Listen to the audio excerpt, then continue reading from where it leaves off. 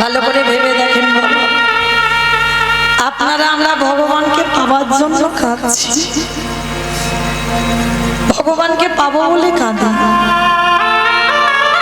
ভগবানও কাঁদে। ভগবান কখন কাঁদে জানো? প্রকৃত ভক্তের জন্য। আমরা এখানে যারা দাঁড়িয়ে আছি, বসে আছি, আমি কীর্তনিয়া সম্প্রদায় ভগবানের চরণ পাওয়ার জন্য কাঁদি, আর আমার ভগবান ভক্ত চরণ পাওয়ার জন্য কাঁদি। সব থেকে কম জন্ম হচ্ছে মানব জন্ম, হতেও তো পারে মা এই জন্মটা হয়তো শেষ, এই জন্মের পরেই হয়তো আমরা গৌর গোবিন্দ চরণ প্রাপ্তি পাবো, হতেও তো পারে। তাই সবার চরণ ধরে বলে যাব মা, এই জন্মটাকে কেউ হেলায় হারিয়ে দিও না। কেন জানো? ৮০ লক্ষ জন্ম যখন আমরা পার করে মানব জন্মে এলাম, তাহলে এমন কর্ম আমরা করবো না বাবা যেন আমাদের আবার পিছনে যেতে হয়, ওই ৮০ লক্ষ জন্মে ফিরতে হয়। সবাই যেমন আমরা ক্লাসে উঠি বাবা 1 2 3 4 5 একে একে উপরে যাই, কেউ কিন্তু নিচে নামি না। তাহলে প্রত্যেককে এমন কর্ম করতে হবে আমরা যেন আগিয়ে যেতে পারি মা, আমরা যেন পিছনে না পড়ে যাই।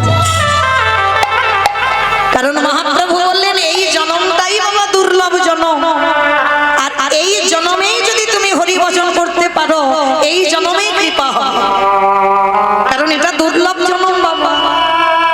ভালো করে বিচার করে দেখেন মা, পশু পাখি খায়, আমরা মানুষ জাতি আমরাও খাই।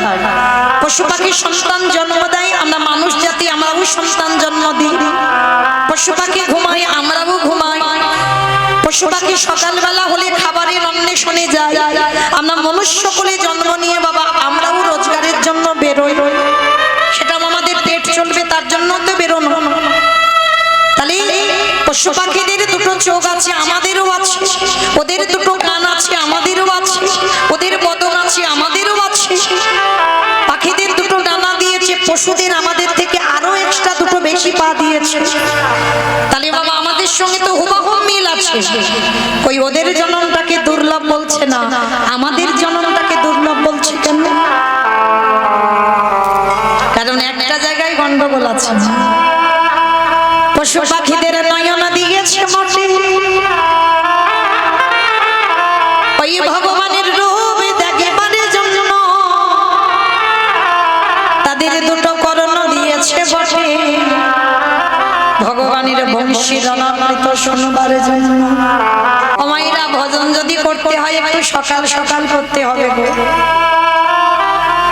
একটু সকালে ভজনে নামতে হয়। একদিকে বলছে সকালবেলা ভজন করো, আর একদিকে বলছে বাবা 20 ফুল গোবিন্দ সেবায় লাগে না। কি গো মাইরা 20 ফুল গোবিন্দ সেবায় লাগে? 20 ফুল সম আমাদের দেহতত্ত্বে কোন কাল? বাল্যকাল, শিশুকাল। এই যে ছোট ছোট বাচ্চারা এরা এসেছে না, এদের কিন্তু বাবা সেই অভিজ্ঞতা নেই বাবা কীর্তন যে কি, এরা কি কিছু বুঝতে পারবে না? এদের কোনো অভিজ্ঞতা আছে?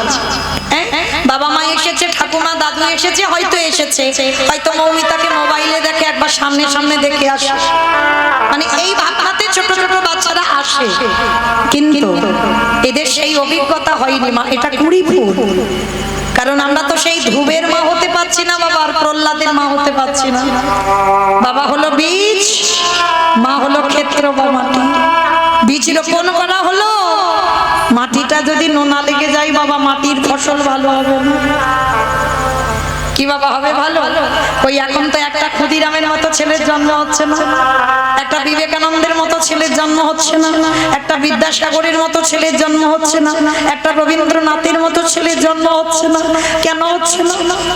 আমরা মাটিগুলো ভালো নয়, আমরা মাগুলো সন্তানদের ঠিক সংস্কার দিতে পারি না বাবা, তাই একটা সৎ সন্তান আমরা জন্ম দিতে পারছি না।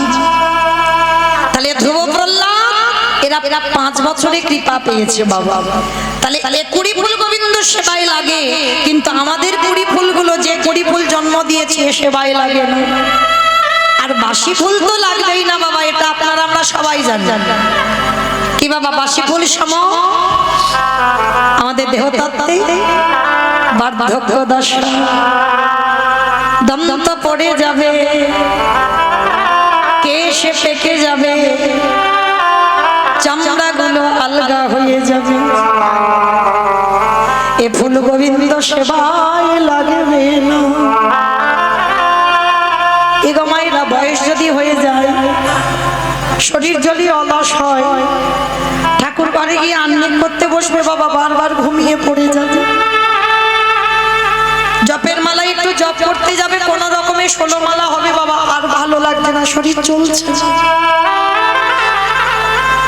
কীর্তন শুনতে এসেছেন, হয়তো কীর্তন ভালো লাগছে, কিন্তু বাবা উপায় নেই, বেশিক্ষণ বসতে পারবে না, কোমরে ব্যথা, একটু উঠে যেতেই হবে।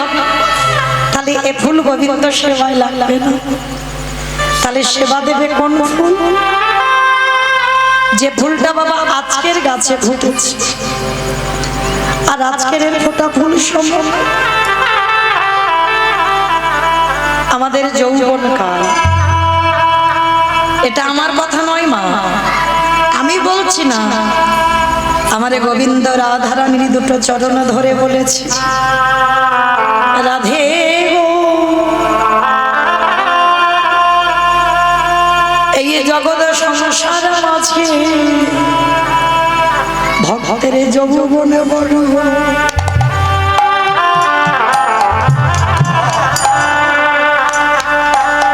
যৌবনে বড় ভালোবাস বলে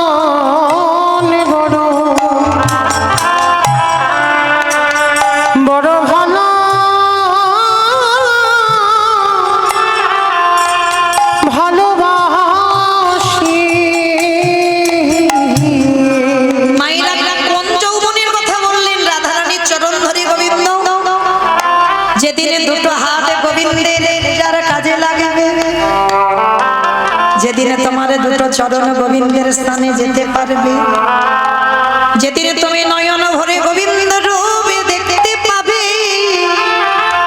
তুমি জিহ্বায় পরিষ্কার কৃষ্ণ নাম উচ্চারণ করবে, তুমি কর্ণমূলে কৃষ্ণ নাম শুনতে পাবে, যেদিনে তোমার দেহের 10 ইন্দ্রিয় আমার গোবিন্দ সেবার কাজে লাগাতে পারবে, সেই সময় কলটাকে বলল গোবিন্দ আমার যৌবন কাল। তাই তো বাবা যেদিন আমার গোবিন্দ ব্রজ ছেড়ে মথুরায় চলে গেল না, আমার রাধারানী কেঁদে কেঁদে বলেছিল, স্বজনে রে, আমারে বধূ যে ব্রজ ছেড়ে মথুরায় চলে গেল, যদি কোনোদিন সৌভাগ্য ক্রমে আবার আমার বধূ এই ব্রজে ফিরে আসে, কিন্তু বলতে পারিস যেদিন আমার গোবিন্দ বৃন্দাবনে আসবে, সেদিনে যদি আমার দেহে যৌবনে না থাকে, বলে বলে কি দিয়ে গোবিন্দে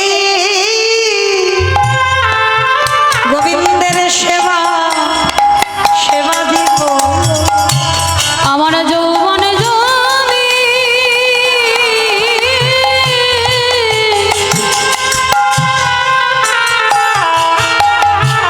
আমার যৌবনে যদি ফুরায়ে যায়,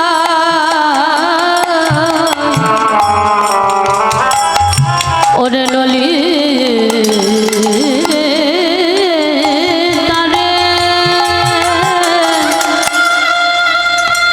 আমি কি দিয়ে গোবিন্দ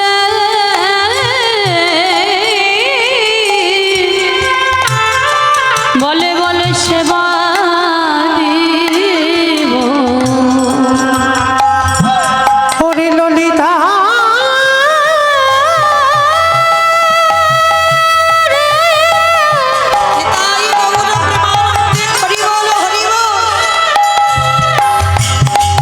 যেদিন আমার বধূ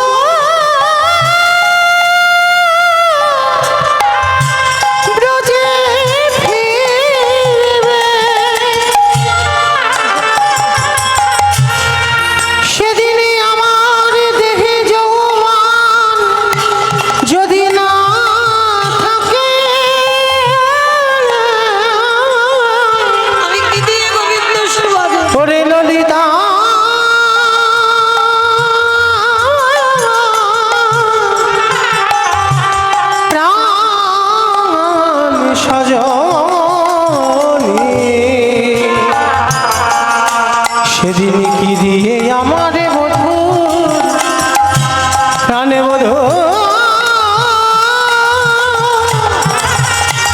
বধূর সেবা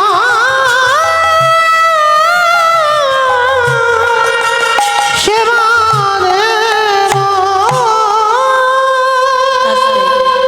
বাবা ঠাকুর আপনারা আমরা তো সেবা জানি না, আমরা ভগবানের পূজা জানি না। সেবা পূজা করতে হয় কেমন করে জানো?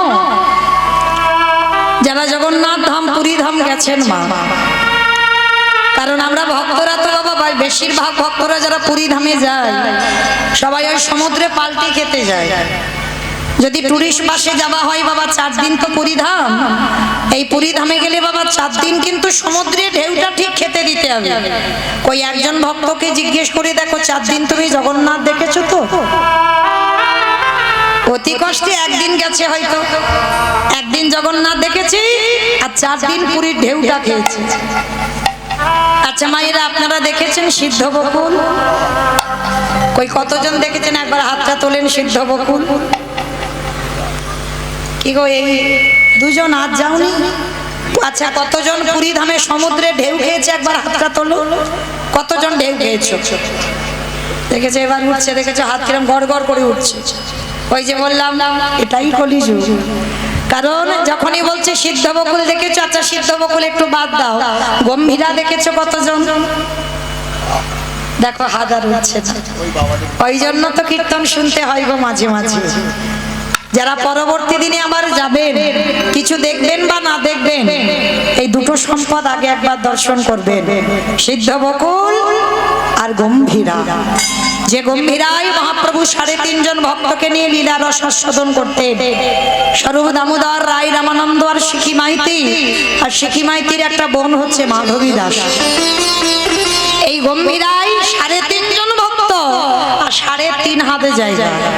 হ্যাঁ, আজও যারা যাবেন গিয়ে দেখবেন সচিমা নিমাই সন্ন্যাস সবার পর সচিমা নিজের হাতে কাঁথা সেলাই করে দিয়েছিল বাবা, আজও আছে।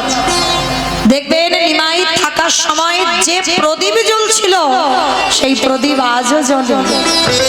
এত আমফান হয়ে গেল, অত ইয়াস হয়ে গেল, কত কি ঝড় উঠলো। ঝড়ে বাবা সব থেকে ক্ষতি তো বাবা সমুদ্র উপকূলগুলো হয়েছে, সব থেকে পুরী ধামে হয়েছে। কিন্তু বাবা কত বড় বড় বিল্ডিং ভেঙে চৌচির হলো, কাঁচ ভেঙে গেল, তবু কিন্তু গম্ভীরায় ওই প্রদীপটা নেবে।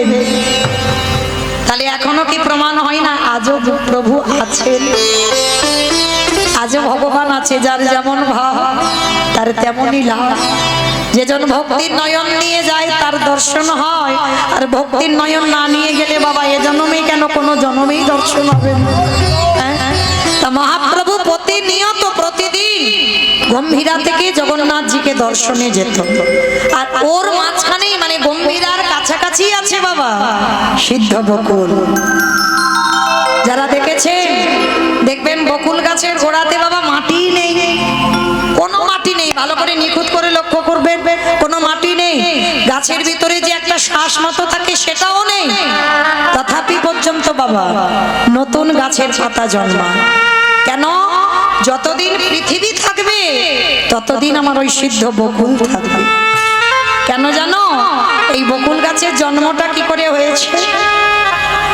এই নামাচার্য হরিদাস ঠাকুর বাবা 3 লক্ষ নাম জপ করতেন। এই হরিদাস ঠাকুর এরা কেমন ভক্ত ছিল জানেন? এই যে আমরা এখনকার দিনে বৈষ্ণবদের বাবা কত কিছু খাবার, বাবা একাদশীর দিনে বাবা মেনু দেখলে মাথা ঘুরে যাবে। মানে একাদশীর দিন, অন্যান্য দিনে নয়, একাদশীর দিন কত রকমের মানে আইটেমের খাওয়া হয়। কিন্তু হরিদাস ঠাকুর কেমন ভক্ত ছিল জানো? এই যে আঠা মাখাতে হবে, রুটিটা বেলনিতে বেলতে হবে, আবার আগুনে সেঁকতে হবে, তারপরে রুটি খেতে হবে।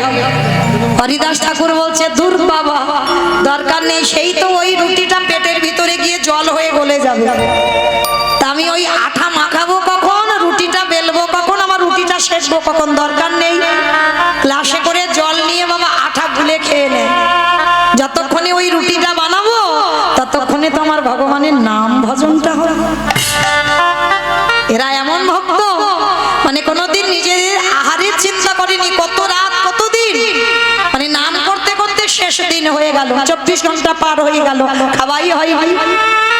একদিন আমার গৌর হরি এসে বলছে, হরিদাস, ও হরিদাস, এরকম করে কলির মানুষ, অন্নগত প্রাণ, এভাবে কি তুমি বাঁচতে পারবে? তোমার শরীর ক্ষীণ হয়ে যাচ্ছে। বাবা, যারা কৃষ্ণ ভক্ত হয় তাদের আহামরি চেহারা হবে না, কখনো হবে না। তাদের রুগ্ন শুকনো শরীর হয়ে যাবে। কেন?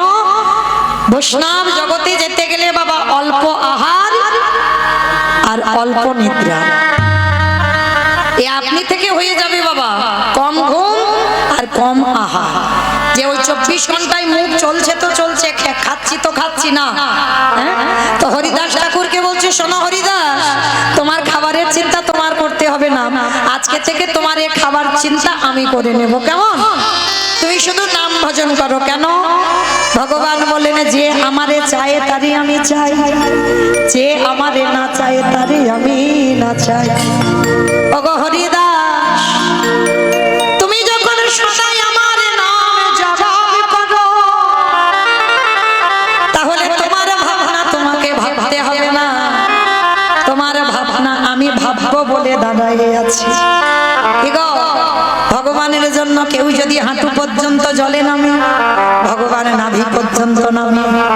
কোন ভক্ত যদি নাভি পর্যন্ত ভগবানের জন্য ডুবি দেয়, ভগবান বলে, আমি ভক্তের জন্য বক্ষ পর্যন্ত নামতে রাজি। আরে ভক্ত যদি ভগবানের জন্য বক্ষ পর্যন্ত জলে নামে, আমি সেই ভক্তের জন্য ওই সম্পূর্ণ জলে ডুবে দিব। আমি যে ভক্ত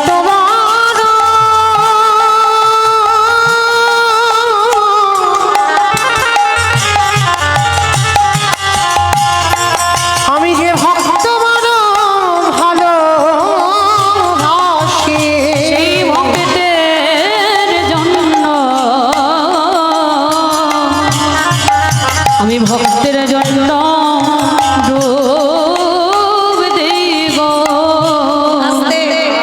তাহলে বাবা লক্ষ্য করে দেখেন, সেই হরিদাস ঠাকুরের জন্য সেবার ব্যবস্থা আমার গৌর হরি করবে। তা প্রতিদিন প্রভু আমার জগন্নাথ ধামে যায়, পুরী ধামে যায়, প্রসাদী পায় আর হরিদাস ঠাকুরের জন্য নিয়ে আসে। আজকের গৌর হরি আমার ওই জগন্নাথ মন্দিরে গিয়ে যেই না দাঁড়াইছে, সকালে সকাল আমার সচল জগন্নাথ অচল জগন্নাথ দেখতে গেছে। ভালো করে বুঝবেন মা, সচল জগন্নাথ অচল জগন্নাথ দেখতে গেছে। যেই গৌর সেই কৃষ্ণ, সেই তো জগন্নাথ। তাহলে আজকে যেই জগন্নাথ সেই গৌর সেই কৃষ্ণ এইবার এসে দাঁড়িয়েছে কোথায়? জগন্নাথ মন্দিরে। আর পূজারীরা আমার মহাপ্রভুর হাতে একটা প্রসাদী দিয়েছে। কি প্রসাদী? না, ওই জগন্নাথ সকালবেলা করে দাঁত মাজে, ওই দাঁত মাজার একটা দাঁতন কাঠি। আর দাঁতন কাঠিটা কিসের জানো? ওই বকুল গাছের কাঠি।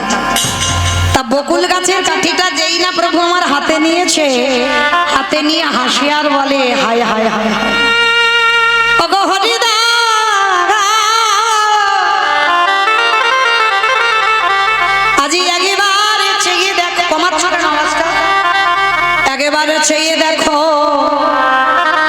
আজ তোমার সেবার জন্য আজকের প্রসাদী পড়েছে ওই বকুল গাছের কাঠি। ওমাইরা, বকুল গাছের কাঠি খাওয়া যায়, কিন্তু উপায় নেই, এটা তো প্রসাদী, ফেলাও যাবে না। হরি বল। যারা প্রসাদী ঠিক ঠিক মানে বাবা ফেলে না, যেমন ওই যে মাধবেন্দ্রপুরী রেমুনার গোপীনাথ ক্ষীর চুরি করেছিল, আর ওই ক্ষীরটা প্রসাদ পেয়ে ওই ভাণ্ডটা কিন্তু বাবা মাধবেন্দ্রপুরী ফেলেনি। কারণ ভগবান গোপীনাথ চুরি করেছে মাধবেন্দ্রপুরীর জন্য। সেই ভাণ্ড কি ফেলা যায়? কোথায় ফেলবে? তার জন্য ওই ভাণ্ডটা রেখে দিয়েছিল। আর যখন খিদে পেত না, ওই একটু একটু করে ভাণ্ডটা, মাটির পাত্র তো, ভেঙে ভেঙে চিবিয়ে চিবিয়ে খেয়ে নিত। কারণ প্রসাদী তো, যেখানে ভোগ লাগানো হয়েছে ওটা পর্যন্ত ফেলা যাবে না। আজকের ওই বকুল গাছের কাঠি তো হরিদাস ঠাকুরের কাছে এনে প্রভু আমার ডাক দিয়েছে, হরিদাস, ও হরিদাস, এদিকে এসো। প্রভু বলো, এই নাও আজকে তোমার জন্য ভালো কিছু জোটেনি, এই বকুল গাছের কাঠিটা দাঁতন কাঠিটা জুটেছে, এটাই তুমি প্রসাদ পাও। কি আর করা যাবে বলো? হরিদাস বলল, গৌরে হে প্রভু, যদি আজকের আমার কপালে এটাই রাখে, এটা তো প্রসাদ, এটাই আমি পাবো। তো অনেকটা বড় দাঁতন কাঠি তো বাবা, অর্ধেকটা কোনো কষ্টে সৃষ্টে খেয়েছে, হ্যাঁ, অর্ধেকটা বকুল গাছের কাঠি পেলো, আর অর্ধেকটুকু যেটুকু বেশি হয়েছে কি করবে বাবা, যদি কারোর পা লেগে যায়, ওই জন্য মাটির তলাতে পুঁতে রেখেছে। আর যেই না মাটির তলায় পুঁতে দিল, হরিদাস বকুল গাছের কাঠিটা প্রসাদী হিসাবে সেবা করে বসে বসে নাম জপ করে। আর এত প্রখর রোদ বাবা সেদিন দিয়েছে, মানে হরিদাস ঠাকুর নাম জপ করছে আর সর্বশরীর থেকে ঘাম ঝরে ঝরে পড়ছে, মানে এত রোদ। আরে কি আমার জগন্নাথ থাকতে পারে? ওই মন্দির গর্ভদ্বার ত্যাগ করে হরিদাসের সামনে এসে দেখে কিনা হরিদাস ওই রৌদ্রেতে বসে বসে নাম ভজন করছে। জগন্নাথ মনে মনে ভাবলো, হরিদাস যে আমার নাম শোনাবার জন্য এত কষ্ট করে রোদে বসে থাকে, যে নিজের চিন্তা না করে আমার সুখ দেওয়ার জন্য নাম জপ করে, তার জন্য যদি আমি একটু না ভাবি হয় কি? প্রভু কি করেছে জানো? হরিদাস ঠাকুর কিছু জানে না, তিনি তো একেবারে মগ্ন হয়ে গেছে হরি নামে। আর প্রভু আমার ওই যে বকুল গাছের কাঠিটা মাটিতে পুঁতে দিয়েছিল, পরশমণির পরশে যেমন লোহা সোনা হয়, আর জগন্নাথের যে বস্তু পরশ করে না জানি জগতে কি না হয়। ওই যেই না বকুল গাছের কাঠিটাকে পরশ করেছে, অমাইরা একেবারে তত্তর করে একটা বড় বকুল গাছ হয়ে গেছে। আর এমন গাছ হয়েছে না, ওই বকুল গাছের ডালপালা গুলো সব নিচু হয়ে হরিদাস ঠাকুরকে আচ্ছাদন করে রেখেছে। মানে ওই যে সূর্যদেবের তেজ, সূর্যের যে তেজের যে গরম যে ঘাম দিচ্ছে, ছায়াতে ছায়া করে দিল। আর ওই গাছের তলায় আমার হরিদাস বসে বসে নাম করছে, এখনো কিছু জানে না। এইবারে যেই না অচল জগন্নাথ চলে গেল, আমার গৌর হরি এসে দাঁড়াইয়ে দিল, ও হরিদাস, বলি দেখো দেখো একবার চেয়ে দেখো, ও যে ভক্তের লাগি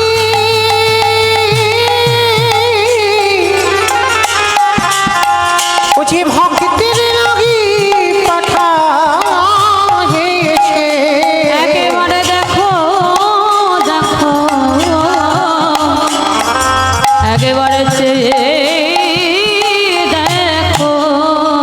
যেই না গৌর হরি এসে ডাক দিয়েছে, হরিদাস ঠাকুর তাকিয়ে দেখে না বাবা, বিশাল বড় একটা গাছ ঝাঁকড়া হয়ে বসে আছে, আর তার তলায় হরিদাস দর্শন করা মাত্র চোখে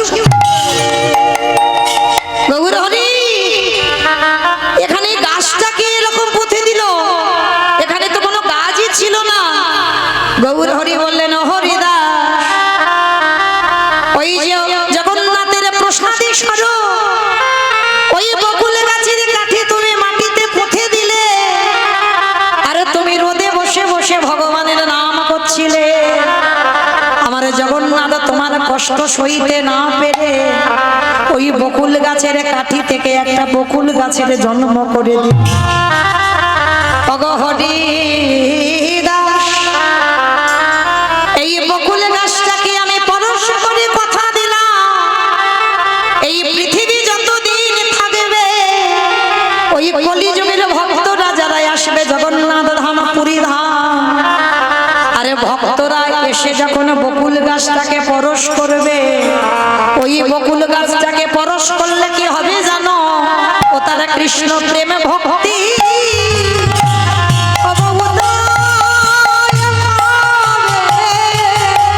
আমি এই আশীর্বাদ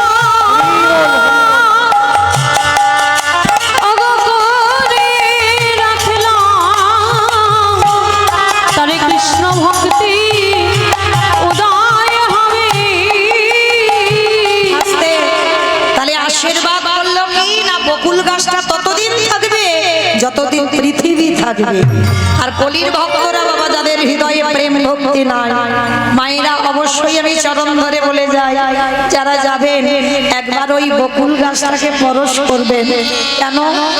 ওইটা যে আমার হৃদয়ে ধরেছে আমার গৌর।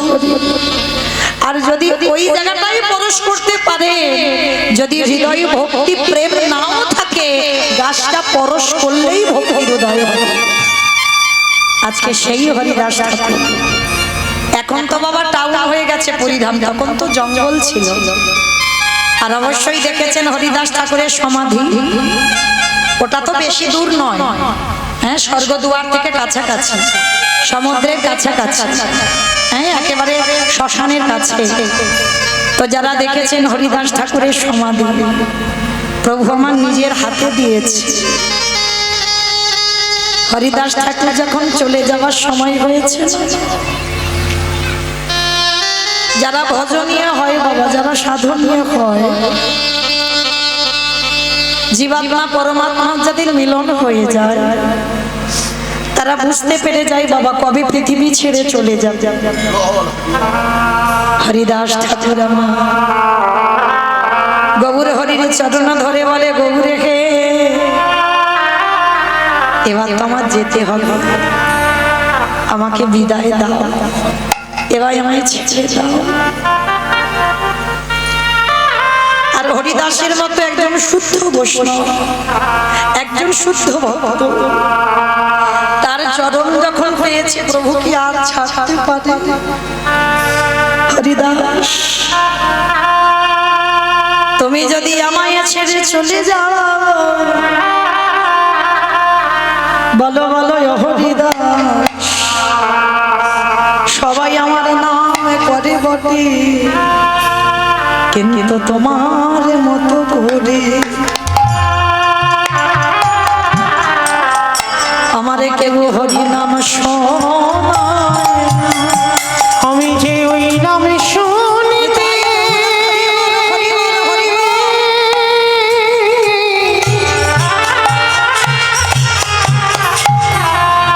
আমি যে নাম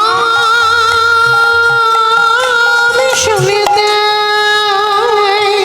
সবাই হরি নাম করে, কিন্তু তোমার মতো নয়।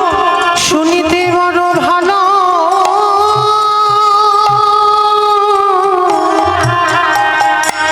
ভালোবাসি, এমন প্রেমে দিয়ে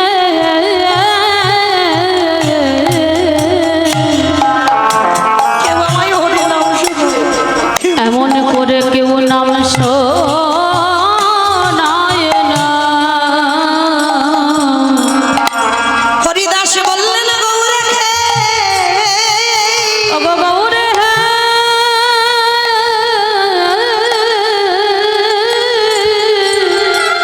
আমারও মনে ভয়, আমি কোথায় গেলে গৌর পাবো? গৌর আমার জীবন, গৌর আমার মরণ, গৌর আমার সব। আমি যদি মরে যাই আমার প্রভুকে রেখে, বলো না, আমি যেখানে আবার জন্ম নেব, আমি কোথায় গেলে আমি আমার প্রাণের প্রাণকে পাবো? গোড়াগুনে প্রাণ কাঁদে,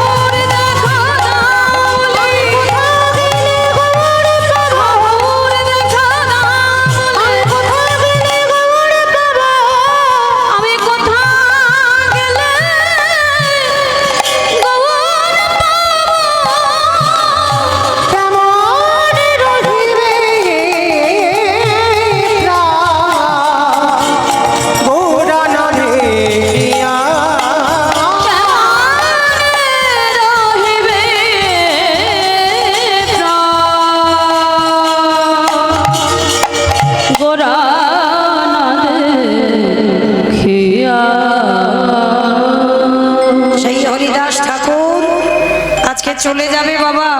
গৌরহরিকে বলছে, গৌরহরি আমি চলে যাবার সময় শুধু মনে রাখবে তিনটে যন্ত্রণা যেন আমি না পাই। কিরকম যন্ত্রণা? নয়নে হেরেব তোমার ও চাঁদ বয়া, ও চাঁদ বয়া, হৃদয়ে ধরব তোমার ও রাঙা চরণ, ও রাঙা চরণ, বদনে বলব তোমার হরি নাম সংকীর্তন। গৌরী হে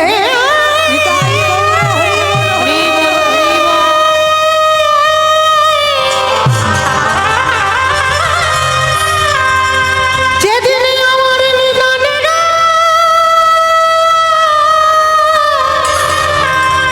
সময় হবে, তোমার নামে বলতে বলতে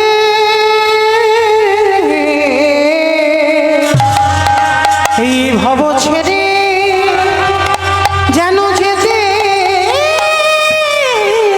পারি। তাহলে বাবা ভালো যদি বাঁচতে হয় এই রকম করে ভগবানকে ভালোবাসতে হবে। ভক্ত ভগবানকে ফেলে চলে যাবে কিন্তু ভগবান ভক্তের চরণ ছাড়বে না। ভালোবাসতে গেলে এই রকম ভাবে ভগবানকে ভালোবাসতে হবে। তো আজকে সেই গৌরহরি আমার নবদ্বীপের মাটিতে দাঁড়িয়ে কি করছে জানো? ওগো বড়ই অপমান রূপ ভাই রে,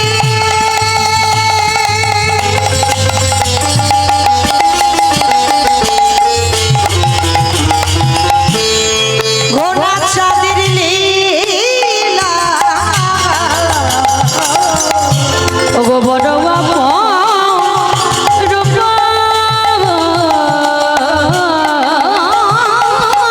ভাইরে। আস্তে ও মাইরা, কীর্তন শুনতে গেলে ভগবানের জন্য তো একটু কাজকর্ম করতে হয়। ভাই একটু উলুধ্বনি দেন দেখি, একটু প্রেম সে আমার ঠিক ঠিক হচ্ছে না, আর একটু জোরে দাও। ওগো বড়ই অপমান রূপ ভাই রে, আমার গোরা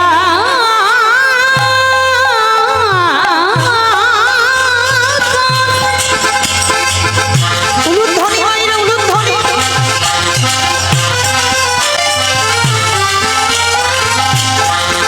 যাই রে ভাবে রে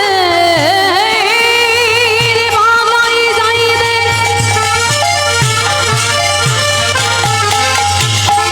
এমন ভাবে তো ও দেখি নাই রে। বড়ই রূপা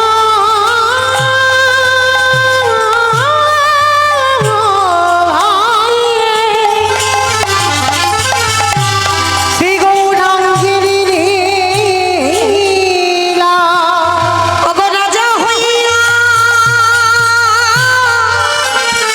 কন্ধে করে বৈষ্ণবের ঝোলা, ও গো রাজাই হইয়া কন্ধে কাঁদি বৈষ্ণবের ঝোলা। ও মাইরা, সত্যতে নারায়ণ, ত্রেতাতে রাম, দাপরে কৃষ্ণ, প্রতিটা যুগে যুগে ভগবান রাজার ছেলে। দেখেন নারায়ণ হয়ে সিংহাসনে বসলো, রাজবেশ পরিধান করলো। অযোধ্যায় রামচন্দ্র 14 বছর বন থেকে ফিরে রাজত্বে বসলো, রাজ সিংহাসনে বসে রাজ অলঙ্কার পরলো। কৃষ্ণ সেও রাজার ছেলে, বৃন্দাবনের রাজা, মথুরার রাজা, দ্বারকার রাজা। কিন্তু সেই রাজা ওগো রাজা হইয়া কন্ধে করে বৈষ্ণবের ঝোলা, ও গো রাজা হইয়া কন্ধে করে বৈষ্ণবের ঝোলা। ওগো নদীয়ার পথে কেঁদে বেড়া, ও গো রাধে রাধে রাধে বলে ওই নদিয়া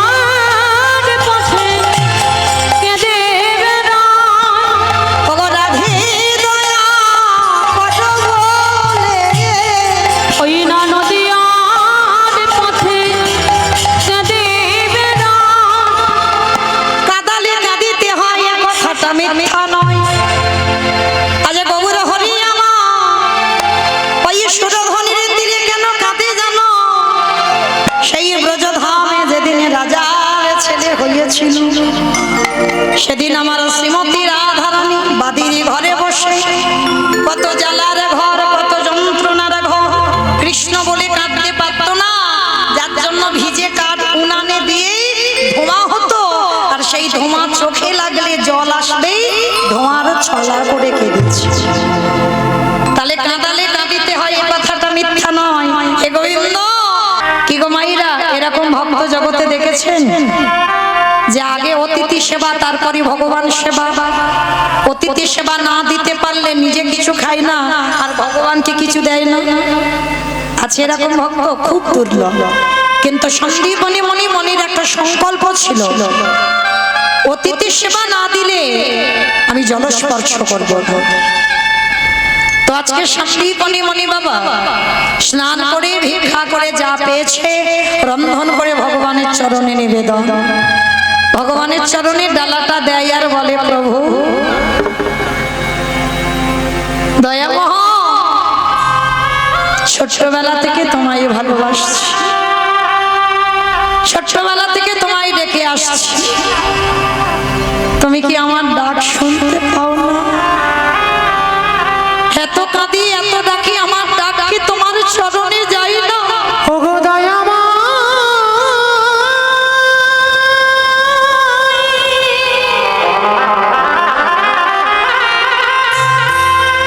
একেবারে দেখা দেখা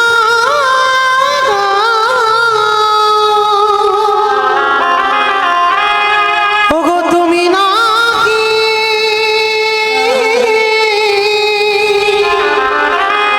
ভক্তে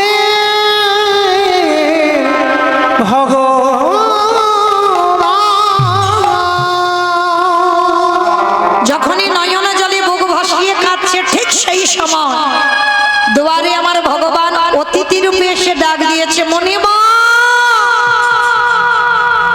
বাড়িতে আছো? যেই না বলেছে বাড়িতে আসো, বাবা ভগবানের ডাক আর মানুষের ডাকে তফাৎ হবে না মা? কি গো, ভগবান যদি কোনোদিন কাউকে ডাকে সে ডাকটা আলাদা হয়, হ্যাঁ? কিন্তু যদি কেউ কোনোদিন শুনে না ওই ডাক, কোনোদিন ভগবানকে বলবো কারোর কাছে বলে দিও না। যদি কেউ কোনোদিন ভগবানের ওই ডাক শোনো, কেন? আপন ভজন কথা না কহিবি যথা তথা। সবার কাছে বাবা সব ভজনের কথা বলতে নেই, বলা যায় না যদি তুমি ভজনের মানুষ না পাও। আর যদি তুমি বলে দাও, তোমার সাধন ভজন সব নষ্ট হয়ে যাবে। ওই জন্য হৃদয়ের কথা হৃদয়ে রেখে দিও, কারো কাছে বলো না। তা যেই না ভগবান ডেকেছে না, তাড়াতাড়ি করে ভগবানের ভোগ আর লাগাইনি, ভোগের ডালাটা রেখে দুয়ারে এসে দেখছে চারজন বৈষ্ণব। সন্দীপনী মনির মনে আনন্দ, বাবা বাবা বাবা, আজকে সকালবেলা আমি 3 জন বৈষ্ণব সেবা দিলাম, আবার দুপুরবেলা 4 জন বৈষ্ণব। মনে আনন্দ। ও মাইরা, যে নিজের পেটের ভাত জোগাড় করতে পারে না বাবা, সে আনন্দ পাচ্ছে। এখানেই প্রমাণ হয়ে যায় যার আছে সে দেয় না, আর যার কিছু থাকে না সে দেবার জন্য কাঁদে। আস্তে আস্তে কথা না, কথা না, কথা হচ্ছে কেন? আস্তে। যা থাকে কিছু বাবা সে জীবনে দেয় না, যার কিছু থাকে না সে দেবার জন্য কাঁদে। আচ্ছা মা, আগে বলেন তো, আগে অতিথি সেবা না আগে ভগবান সেবা? বাহ, সবাই আমরা জানি বাবা আগে অতিথি পরে ভগবান, কিন্তু মানি কজন?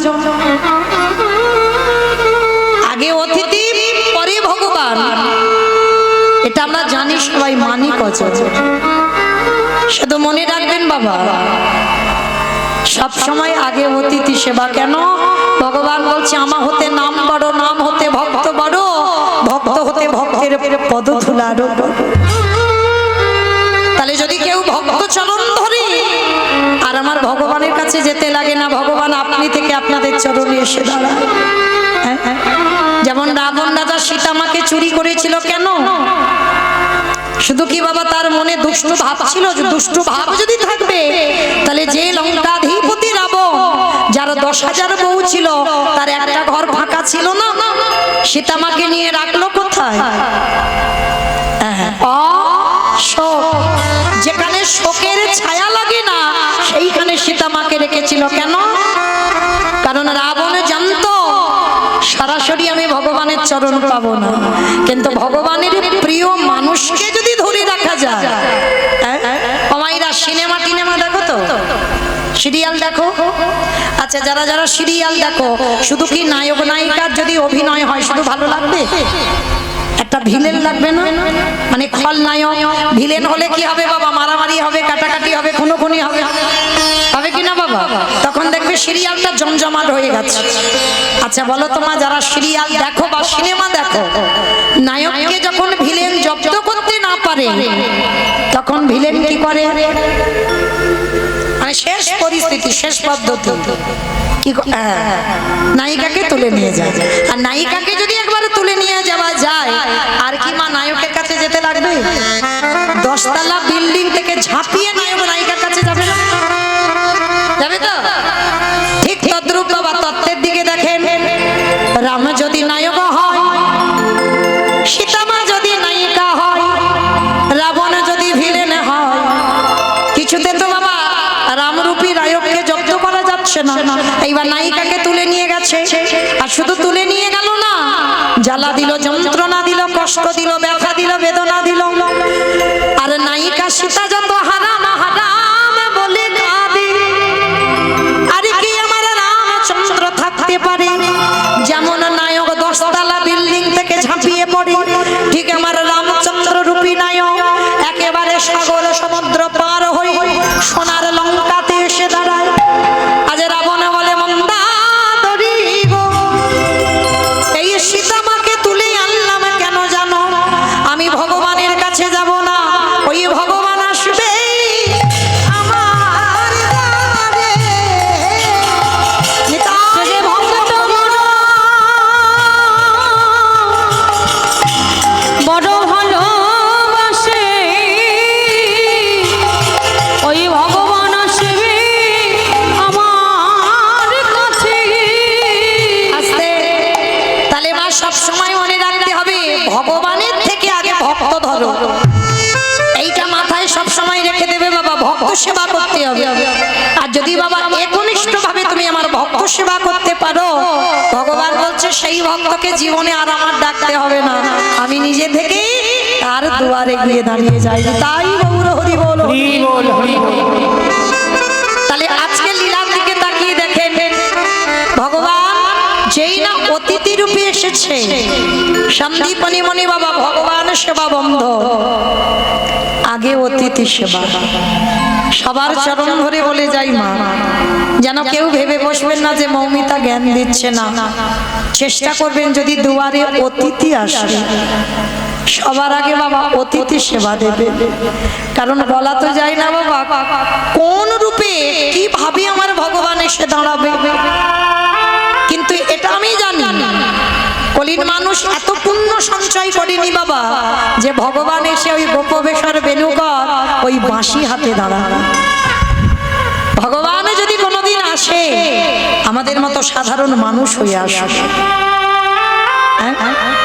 আর যদি কোনোদিন এসে যায়, আমাদের তো সেই নয়ন নেই গো। ভগবান চিনতে গেলে চরণ দুটো দেখতে হয়,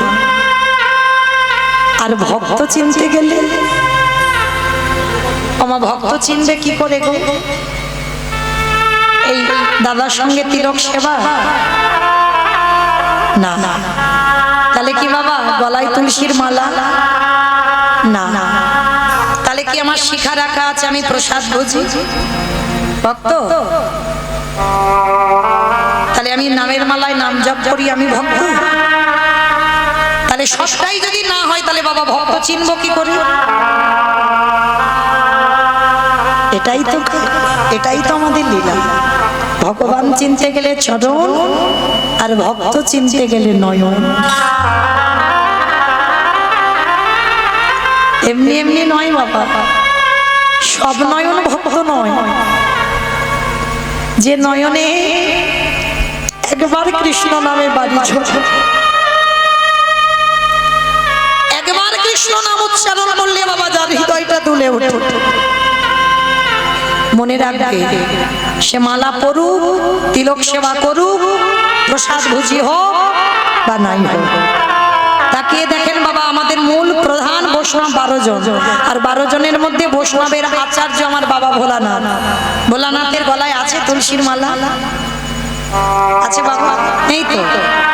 আছে দাদার সঙ্গে তিলক সেবা? নেই। বৈষ্ণবের দুটোই প্রধান, তুলসীর মালা আর তিলক সেবা। তা বাবা ভোলানাথের দুটোই তো নেই, তাহলে বাবা ত্রিলোকের বড় বৈষ্ণব হলো কি করে? শুধু মনে রাখবে বাবা, এগুলো আমাদের আভরণ, সাজতে সবাই পারে। এখানে প্রত্যেককে বলে দেখো, হ্যাঁ গো, গলায় একটু মালা পড়তে পারবে? পারবে। তিলক সেবা করতে পারবে? পারবে। সবাই পারবে। কিন্তু বাবা ভিতরটা বৈষ্ণব করে দেখাও, কত সোজা নয়। বাবা ভোলানাথই আভরণ, মানে সাজে বৈষ্ণব নয়, বাবার ভিতর বৈষ্ণব। যার জন্য বেছে নিয়েছে বাবা কেদারনাথ বর্দিনা, পাহাড়ের মাথা। হ্যাঁ, বোঝাতে চাইলো ভক্তদের নিরজন জায়গা না হলে কৃষ্ণ ভজন হয়। এই যে বাবা, অপরাধ নিও না, আমি কাউকে উদ্দেশ্য করে বলছি না। এই যে জপের মালা নিয়ে বাবা বাজার ঘাটে যায় না, যখন তখন দেখবেন জপের মালায় নাম করছে। সত্যি করে বলেন মা, বিচার বিবেচনা করে বলেন, সত্যি কি নাম হয়? কখনো নাম হয় না বাবা।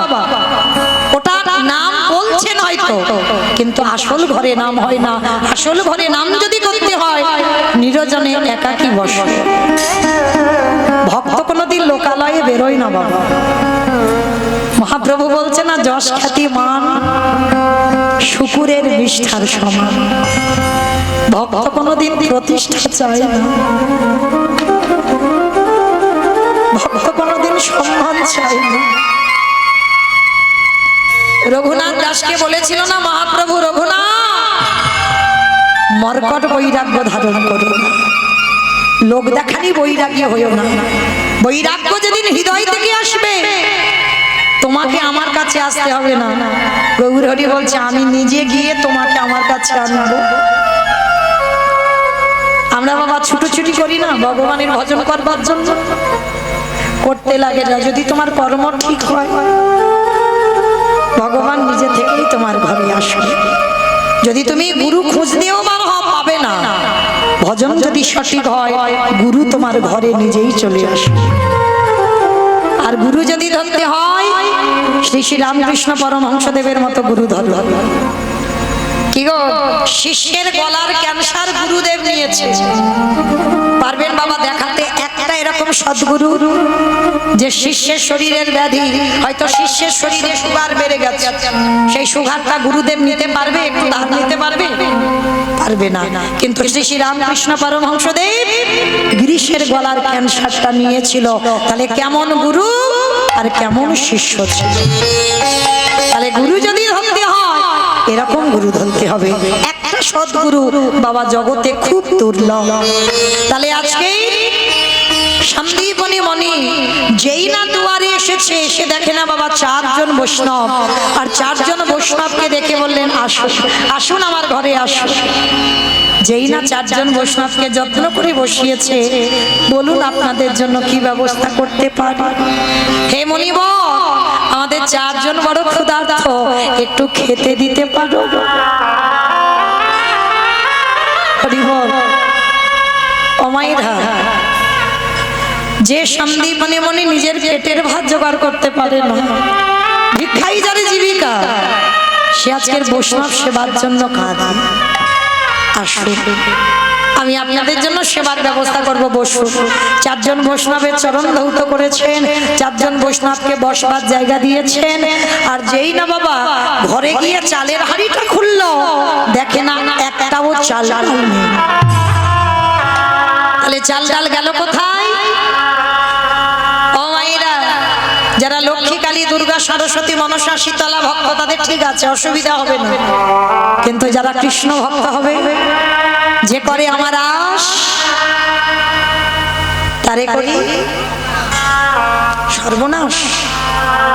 হ্যাঁ গো, ভগবান সর্বনাশ করবে? কখনো করবে না। আমরা বলছি ভুল, আপনারা শুনছেন ভুল। যে করে আমার আশ তারে করি সর্বনাশ।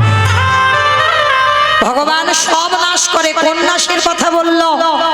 আত্মীয় পরিজন, বন্ধু বান্ধব, জায়গা জমি, গাড়ি বাড়ি, টাকা পয়সা, তুমি যাদের আঁকড়ে বসে থাকবে ভগবান জীবনে প্রথমবারেই তাদেরকে তোমার জীবন থেকে কেড়ে দেবে। আর কেড়ে নেওয়ার পরেও যদি তুমি গোবিন্দ চরণ না ছাড়ো। কি গো মায়েরা, আমরা দুর্বল হয়ে পড়ি না? যদি কেউ স্বামী হারিয়ে ফেলে, কেউ সন্তান হারিয়ে ফেলি, ঠাকুর তুমি দেখতে পেলে না, আমার কোলের সন্তানকে নিয়ে নিলে, আমাকে রেখে আমার স্বামীকে নিয়ে নিলে, কত অভিমান। কিন্তু জানো না মা, আমি বলেছি ভগবান এগুলো পরীক্ষা নেয়, সব হারিয়ে দেবে। কৃষ্ণ ভক্ত একা কি হবে? আর একা থাকার পরেও যদি তুমি তার চরণ না ছাড়ো, ভগবান বললেন তারপরে হয়ে যায় সেই দাসে অনুদাস। কৃষ্ণ ভক্ত সর্বদা বাবা কাঙাল হয়। কৃষ্ণ ভক্ত মনে রাখবে বাবা, পাথর সেটিং করা ঘরে থাকে না। যদি তুমি পাথর সেটিং করা ঘর তৈরি করো না, ভগবান চেষ্টা করবে কবে ওকে বাবা ওই পাথর সেটিং ঘর থেকে নিচে নামিয়ে দেব, ওকে পথের ভিখারি করে দেব। যদি মাথাতে একটু ছাদও তৈরি করো, ভগবান সব সময় চিন্তা করে ওর মাথা থেকে ছাদটা কবে নেব। এরাই কৃষ্ণ ভক্ত। তাকান বাবা, আমি বলছি বলে মেলাতে হবে না, আমার কথা বিশ্বাস করতে হবে না।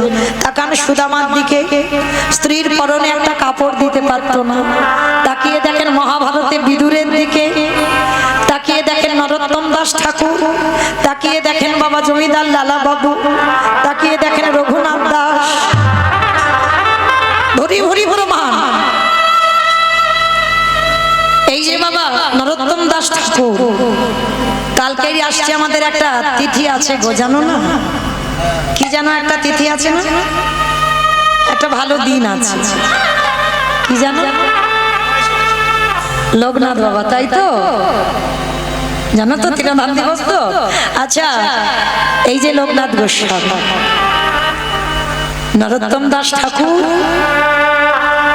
গুরু জ্ঞানে মনে মনে ভেবেছে, কিন্তু লোকনাথ গোস্বামী কোনদিন শিষ্য করতে চাইনি, কোনদিন শিষ্য করতে চাইনি। কেন জানো? শিষ্য করলে বাবা শিষ্যের কাছে বিক্রি হয়ে যেতে হয়। হরি বল। ওই জন্য কিছুতেই ওই নরোত্তম দাস ঠাকুরকে আশ্রয় দেয়নি লোকনাথ গোস্বামী। এই লোকনাথ গোস্বামী প্রতিনিত্য বাবা গঙ্গার তীরে ভোরের বেলা বাবা পায়খানায় যেত, মল ত্যাগ করতে যেত। কেমন গুরু সেবা দেখো। দীক্ষা দেয়নি বলে নরোত্তম দাস কি করতে জানো? ওই লোকনাথ গোস্বামী পায়খানা করে আসতো, রাতের অন্ধকারে গিয়ে বসে থাকতো নরোত্তম। কখনো গুরুদেব বাক্সক্রিয়া করে যাবে, লোকনাথ গোস্বামী তো জানতো না গো।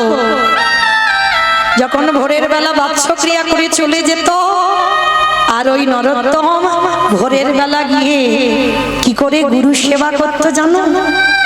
গুরুদেবের ওই বাক্সক্রিয়া মানে পায়খানাটা হাতে করে তুলে নিত, বুকে ধরে কাঁদত, গুরুদেব আমি এমন অভাজন, আমাকে শিষ্য বলে গ্রহণ করে না, কিন্তু আমি মনে মনে যে তোমাকেই গুরু বলে মেনেছি। আর গুরু যদি করতে হয় কোনোদিন, তুমি ছাড়া আমি কাউকে গুরু করব না। প্রতিদিন ওই পায়খানা করে চলে আসে লোকনাথ গোস্বামী, আর নরোত্তম দাস নিজের হাতে করে, কোনো পাত্রে করে নয়, হাতে করে পায়খানা পরিষ্কার করে, সে জায়গাটা পরিষ্কার করে দেয়। একদিন লোকনাথ গোস্বামী মনে মনে ভাবলো, আমি প্রতিদিন পায়খানা করি, যাই কোথায়? আমি নিত্য তো গঙ্গার ঘাটে আসি, তাহলে যাই কোথায়? আজকের আমাকে দেখতে হবে এই কাজগুলো কে করে। এত পরিষ্কার, এত পরিষ্কার জায়গা কি করে হয় আমাকে দেখতে হবে। গাছের আড়ালে লোকনাথ গোস্বামী দাঁড়িয়ে আছে, দেখবো এ কাজটা কে করে। তখন অন্ধকার হয়ে আছে, সবে বাচ্চা ক্রিয়া ত্যাগ করে বসেছে বাবা গাছের তলায় লোকনাথ গোস্বামী। আর ওই নরোত্তম ধীরে ধীরে গঙ্গার পাড়ে গিয়ে ওই গুরুদেবের পায়খানাটা হাতে করে তুলে নিয়েছে। আর যেই না হাতে করে তুলে নিয়ে সবে বুকে জড়িয়ে ধরেছে, সঙ্গে সঙ্গে লোকনাথ গোস্বামী গিয়ে ডাক দিল, নরোত্তম! ছি ছি ছি ছি ছি, এটা কি করছিস বাবা? এটা কি করে হতে পারে? তার মানে প্রতিদিন আমি বাৎসক্রিয়া করে যাই আর তুই পরিষ্কার করিস? ওরে, তোকে দীক্ষা না দিয়েও সারা জীবনে যে আমি তোর কাছে বিক্রি হয়ে গেলাম। ওরে আয় আয় আয়, ওরে আয় একবার আমার মুখে আয়। ওরে নরোত্তম,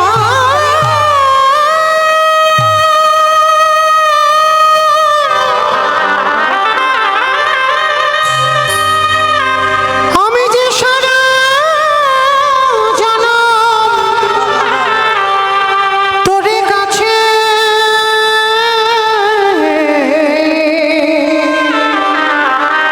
ওরে তোরে কাছে বন্দি হয়ে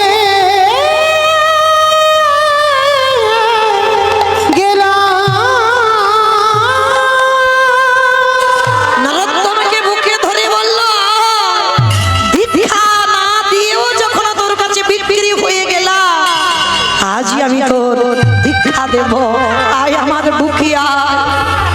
সেই লোকনাথ গোস্বামী নরোত্তমকে দীক্ষা দিয়েছিল।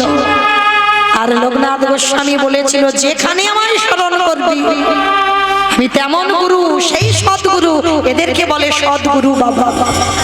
রণে বনে জলে জঙ্গলে যেখানে আমায় স্মরণ করবি সেইখানে আমি গিয়ে দাঁড়াবো, সে যেখানে হোক, পৃথিবীর যে প্রান্তে হোক, এদের বলে গুরু। তাহলে আজকে অমাইরা কোথায় ছিলাম বলো তো? লীলায় গন্ডগোল হয়ে গেছে। পাশের বাড়ি হবে কেন? লীলাতে কোথায় ছিলাম? অতিথি সেবা এসেছিল ভগবান ব্রহ্মা বিষ্ণু মহেশ্বর আর নারদ। আর যেই না সেবা পেতে এলো, চারজন বৈষ্ণব সেবা পাবে, ঘরে গিয়ে হাড়িটা খুলে দেখছে একটাও চাল ডাল নেই। কেন? ওই যে করে আমার আস তারে করি সব নাশ, সব নাশ করে দিয়েছে, কিচ্ছু নেই।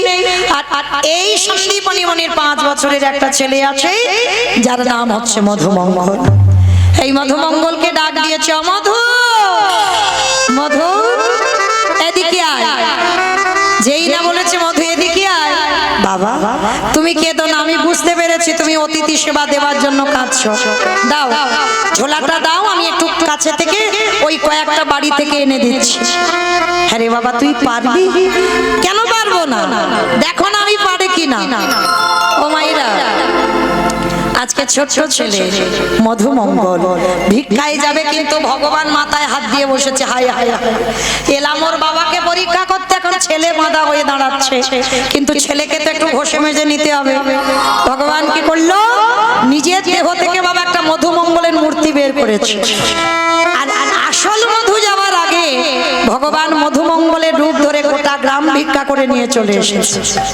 মাইরা, আপনারা বলেন, একটা ছেলে যদি 5 মিনিট আগে আপনাদের গোটা গ্রাম ভিক্ষা করে নিয়ে যায়, আবার যদি ওই ছেলেটা 5 মিনিট পরে আসে, দেবেন ভিক্ষা? দেবে? মেরে তাড়া করবে না? আজকের মধুর জীবনে এমনই দশা, ভগবান মধু সেজে নিয়ে চলে গেল, এইবার আসল মধু দাঁড়িয়েছে। কৃষ্ণ ছাড়া কে আছে আমার, বিশ্ব মাঝে বিশ্ব মাঝে কৃষ্ণ ছাড়া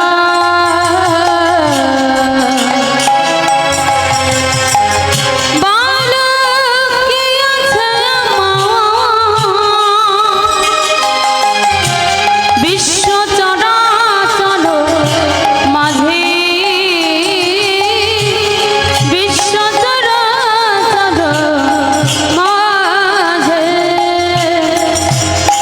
ছিল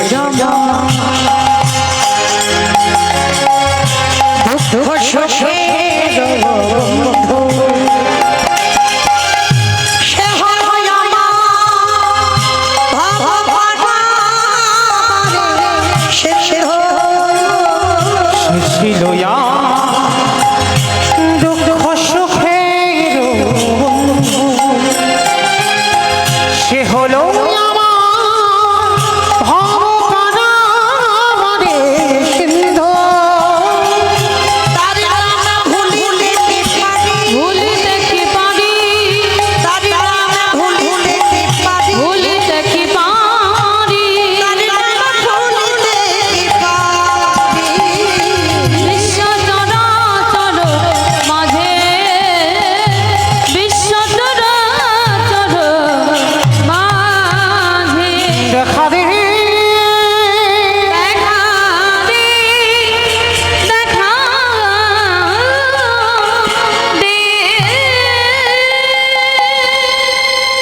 ছোট মধুমঙ্গলে যেই না গিয়ে দাঁড়ালো সমস্ত ব্রজমাইরা বলে বলেন এই ছেলে সকালবেলা তোর বাবা ভিক্ষা করে নিয়ে গেল তুই 5 মিনিট আগে ভিক্ষা নিয়ে গেলি আবার তোর বাবা তোকে পাঠিয়েছে দেখাচ্ছি মজা তোর দ্বারা সবাই মিলে ওই মধুমঙ্গলকে বেঁধে আঘাত দূর হয়ে যা বেরিয়ে যা দূর কৃষ্ণ কৃষ্ণ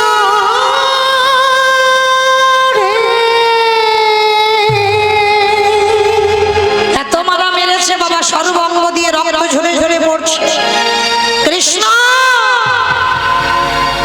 আজকের তুই কিনা আমি চোর নই তথাপি এরা সবাই বলছে আমি নাকি 5 মিনিট আগে এসেছিলাম তুই তো জানিস আমি কোনোদিন আসিনি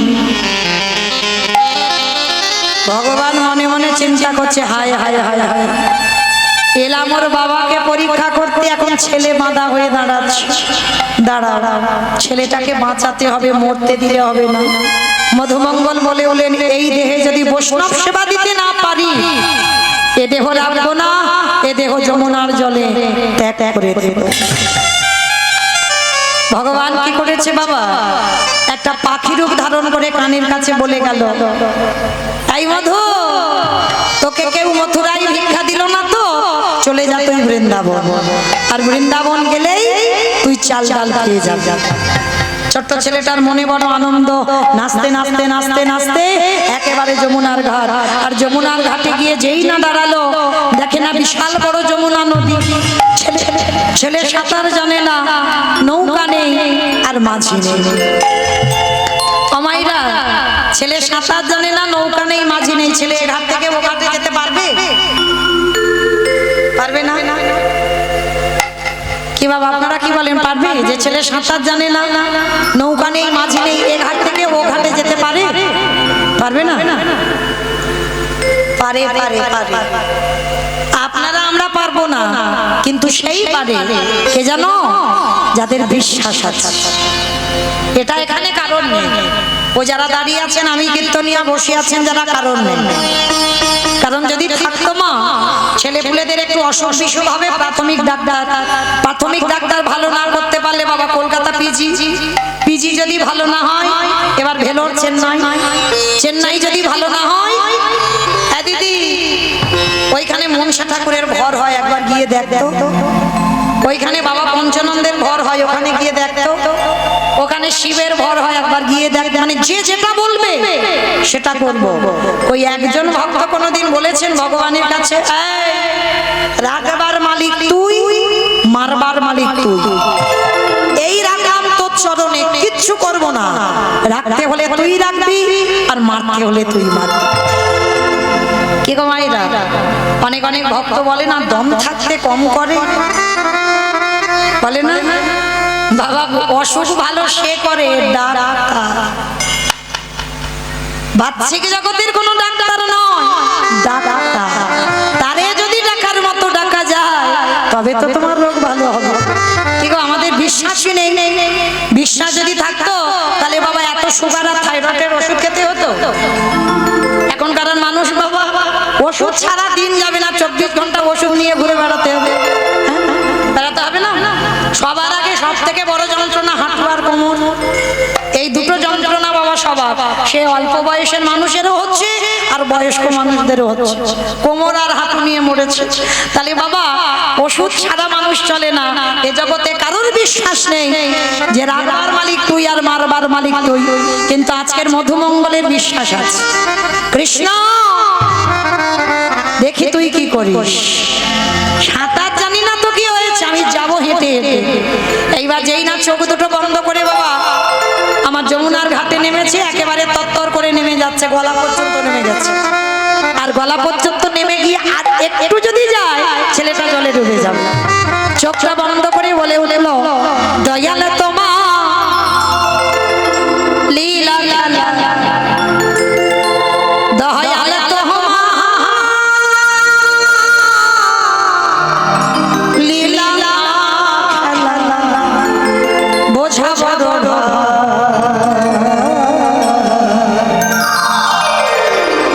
দিনের বন্ধু করুণা সিন্ধু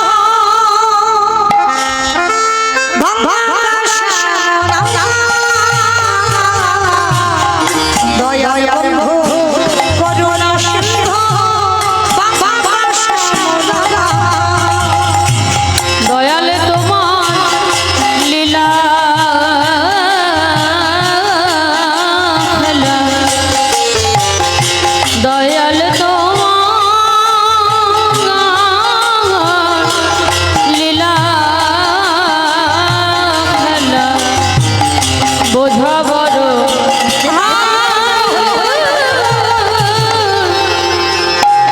দিনের বন্ধু করুণা সিন্ধু বাঁকা শ্যামরায়, দিনের বন্ধু করুণা সিন্ধু বাঁকা শ্যামরায়। তুমি তো সেই ব্রজের রাধা,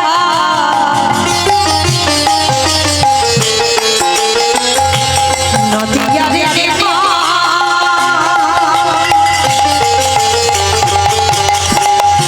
কৃষ্ণ প্রিয়ার প্রেমী যার সারা জীবন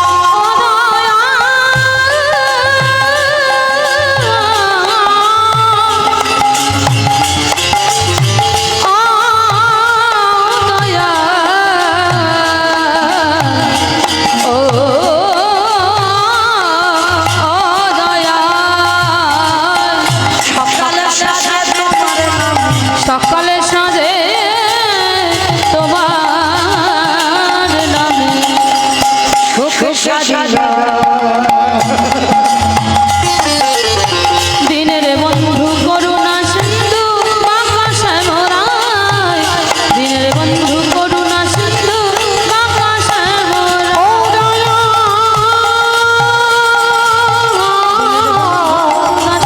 বাঁকা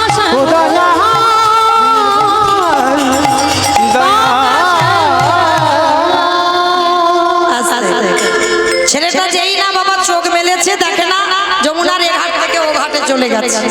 কৃষ্ণ তোর এত অহিতুকি কৃপা, তুই আমায় পার করে দিলি। যেই না বাবা পূর্ণমাসীর ঘরে চাল ডাল আলু সবজি পেয়েছে, এবার মাথায় করে নিয়ে সেই অতিথি সেবা, অত সোজা নয়। ভগবান কুর্ম হয়ে জলের তলায় বসে আছে। অমাইরা কুর্ম মানে কি গো?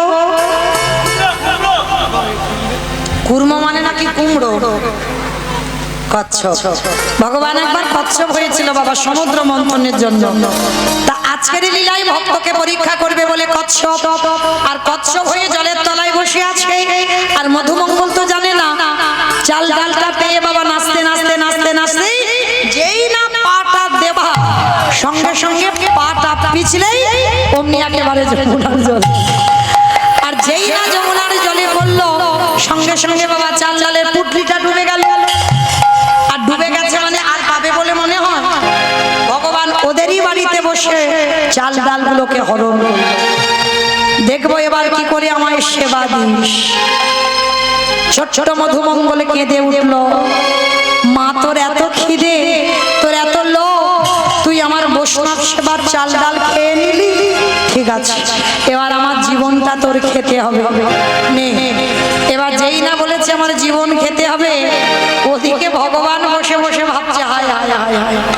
ছেলেটা যদি জলে ডুবে যায় কালকে থেকে তো আমায় ভগবান বলবে না। না না না, ছেলেটাকে বাঁচাতে হবে, কিন্তু কি করে বাঁচাবো, কি করে বাঁচাবো, চিন্তায় পড়ে গেল। হয়েছে, ওরই বাবাকে ডেকেছে, হে মুনিব তুমি কেমন বাবা, ছেলেটা কখন গেল তুমি একবার খোঁজ খবর নিচ্ছ না, আগে ছেলেটার খোঁজ নিয়ে এসো। বাবা ছুটতে ছুটতে যমুনার ঘাটে গেল, আর ঘাটে গিয়ে দেখছে ছেলেটা গলা পর্যন্ত জলে নেমে গেছে, ছেলে সাঁতার জানে না। বাবা পিছনে তীরে দাঁড়িয়ে ডাকছে, এই খোকা, সর্বনাশ, সাঁতার জানে না, কত দূরে চলে গেছে, দেখ আগে শীঘ্রই ওঠ। যেই না বাবা বলেছে শীঘ্রই ওঠ, ছেলের আর মরা হলো না। আচ্ছা বাবা, মরি মরি করলে কি মরা হয়? হ্যাঁ গো, বিষ খেলে মরা যায়? বলো না গো, আমি জানতে চাচ্ছি, বিষ খেলে মরা যায়? আর বলে ঘাস মারা বিষ খেতে হবে। আচ্ছা বাবা, ঘাস খেয়ে দেখেছিল না ও মাইরা, ঘাস মারা বিষ খেয়েও দিব্যি সংসার করছে, নিজের চোখে দেখা। যদি মৃত্যু না থাকে, ও ঘাস মারা খাও না কেন, আর জ্বালানি খাও না কেন, যাই খাও না কেন বাবা, মরণ হবে। ও যত মরি মরি বলো না কেন, যাকে যতদিনের জন্য থাকবার জন্য আসা, তাকে ততদিন থাকতে হবে। আর কে যে কিভাবে মরবে এটা কেউ আমরা বলতে পারবো না। ওই জন্য শাস্ত্র বিধান দিল, কেউ খেয়ে মরে, কেউ খাইয়ে মরে, কেউ নিয়ে মরে, কেউ দিয়ে মরে, কেউ শুনে মরে, কেউ দেখে মরে, কেউ বলে মরে, কেউ ভালোবেসে মরে। এই যা যা কথাগুলো বললাম, একটা কথা বাবা গ্রন্থের বাইরে যাবে, একটা কথা সব গ্রন্থের ভিতরে আছে। বলেন তো দেখি, খেয়ে মরেছিল কে? জানা থাকলে বলবে, না হলে বলে দেবো। খেয়ে মরেছিল বকাসুর। কৃষ্ণ গোষ্ঠে গিয়েছিল, আর বকাসুর এমন করে কৃষ্ণকে গিলে খেতে গেল, বকাসুর বধ হলো। আর পরেরটা সবাই পারবে, যদি কীর্তন শোনো, একটু অভিজ্ঞতা যদি থাকে উত্তর দিতে পারবে। খাইয়ে মরেছিল কে? বাহ, পুতনা। ওই যে বললাম একটু ভাবতে হবে, পুতনা। স্তনে বিষ মাখালো, এমন করে স্তন দুধটা টান দিল, পুতনা বধ হয়ে গেল। তাহলে খেয়ে মরল বকাসুর, খাইয়ে মরল পুতনা। আর নিয়ে মরেছিল কে? আমি অপশন দিই, খুঁজে বের করবেন। রামায়ণ নিয়ে মরেছিল। বলো বলো, একটু ভেবে বলো। রাবণ সীতামাকে নিল বলে 1 লক্ষ ছেলে আর 16 লক্ষ নাতি বংশে বাতি দেওয়ার মতো কেউ ছিল না, তাহলে নিয়েই মরণ হলো। তাহলে খেয়ে মরলো, খাইয়ে মরলো, নিয়ে মরলো। দিয়ে মরেছিল কে? অপশন মহাভারত। কর্ণ দিয়ে মরেনি, কবচ কুণ্ডল দিল বলেই তো কর্ণ বধ হলো, না হলে বধ হতো না। তাহলে খেয়ে মরলো, খাইয়ে মরলো, নিয়ে মরলো, দিয়ে মরলো। শুনে মরেছিল কে? অপশন মহাভারত। অশ্বত্থামা, অশ্বত্থামার বাবা। অশ্বত্থামা নয়, অশ্বত্থামা হতবান, ইহাই আমি সত্য জানি। ইতি গজ পড়ে গেল না, ইতি গজ পড়ে গেল রণে। অস্ত্রগুরু দ্রোণাচার্য অশ্বত্থামার মৃত্যু সংবাদ শুনে দেহ রেখেছিল। তাহলে খেয়ে মরলো, খাইয়ে মরলো, নিয়ে মরলো, দিয়ে মরলো, শুনে মরলো। বলে মরেছিল কে? সতী। দক্ষ যজ্ঞ হয়েছিল, সব জামাইকে বলেছিল, আমার বাবা শিবকে বলেনি। শিবহীন যজ্ঞ। সতী প্রতিনিন্দা শুনেছিল ওই যজ্ঞে, আর প্রতিনিন্দা শুনে সতী নারী দেহটা ত্যাগ করেছে। তাহলে বলেই পিতাকে দেহ ত্যাগ। তাহলে খেয়ে মরলো, খাইয়ে মরলো, নিয়ে মরলো, দিয়ে মরলো, শুনে মরলো, বলে মরলো। দেখে মরেছিল কে? হিরণ্যকশিপু। প্রহ্লাদকে বলেছিল, প্রহ্লাদ তোর হরি কোথায় থাকে? বলে যেদিকে তাকাই বাবা সেদিকে আমার হরিময় জগৎ। এই ফটিক স্তম্ভে তোর হরি আছে? বলে আছে। যেই না আঘাত করলো, ফটিক স্তম্ভ থেকে দেহটা মানুষ আর মুখটা পশু। আমার কোন ঠাকুর? নরসিংহ, এ বেটা বলে গণেশ ঠাকুর। মানে দেহটা মানুষ আর মুখটা পশু বলেছি, অমনি গণেশের দিকে চলে যাচ্ছে। নরসিংহ ওই নরসিংহ রূপ ধারণ করেছিল কেন? হিরণ্যকশিপুরকে মারবার জন্য। আর যেই না ওই ফটিক স্তম্ভ থেকে ওই রূপটা ধারণ করলো, সঙ্গে সঙ্গে হিরণ্যকশিপুর বলে উঠেছিল ভগবানকে, মূর্খ, পারবে না আমায় মারতে। বলে কেন? বলে আমি নারীতে মরবো না, পুরুষে মরবো না, পশুতে মরবো না। ভগবান বলে আমি মূর্খ নয়, মূর্খ তুই।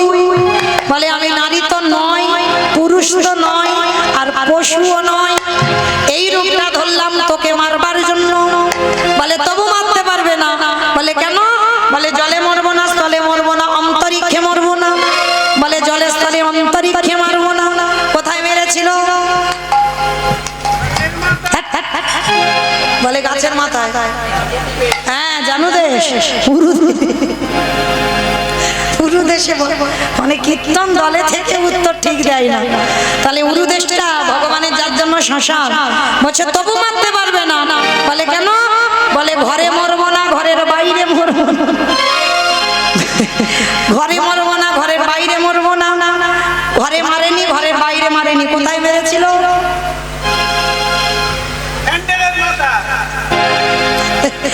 চৌকাঠের মাথায়। মানে দরজার চৌকাঠের উপরে দাঁড়িয়ে বলে প্যান্ডেলের মাথায় মেরেছে। তাহলে বাবা, আর ঘরের চৌকাঠটা ঘরের ভিতর নয়, ঘরের বাহির নয়, ওই চৌকাঠের উপর মেরেছিল। বলছে তবু মারতে পারবে না। বলে কেন? বলে দিনে মরবো না, রাতে মরবো না। দিন রাতের মাঝখানে মেরেছিল। কখন?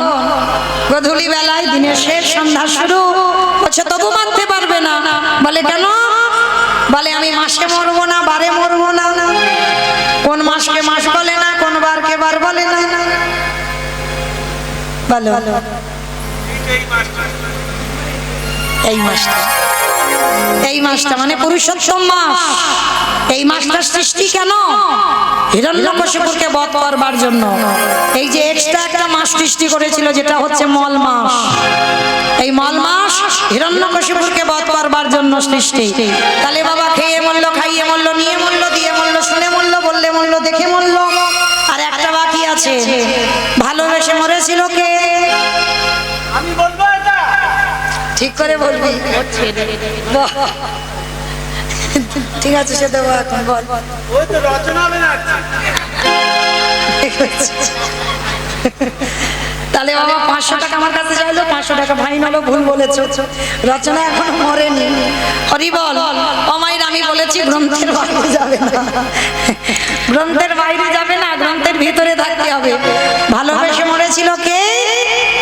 রাজা দশরথ। কাকে ভালোবেসেছিল? না, রামচন্দ্র কি ভালোবেসে মরেনি তো? কৈকেয়ী মাকে, কৈকেয়ী মাকে ভালোবেসে মরেছিল। দশরথের কটা বউ ছিল জানো? 750। তবে খবরদার, তোমাদের বলেনি যে তোমরা অতগুলো করে করো। তাদের পাওয়ার ছিল, ক্ষমতা ছিল। রাবণের 10,000 আর আমার ভগবান কৃষ্ণচন্দ্রের 16,108টা। সব কারণ ছিল, তাই তো করেছে। আর কারণের বাইরে করলে তো হবে না। হ্যাঁ, কারণ দেখাতে হবে কি জন্য তুমি অতগুলো বিয়ে করলে। হ্যাঁ, দশরথের 750, আর 750-এর মধ্যে 3টে প্রধান, কৌশল্যা, কৈকেয়ী, সুমিত্রা। আর 3 জনের মধ্যে সব থেকে ভালোবাসা একজনের উপরে বেশি ছিল, সে কে? কৈকেয়ী মা। মামা কিরকম ভালোবাসা জানো? বলবো?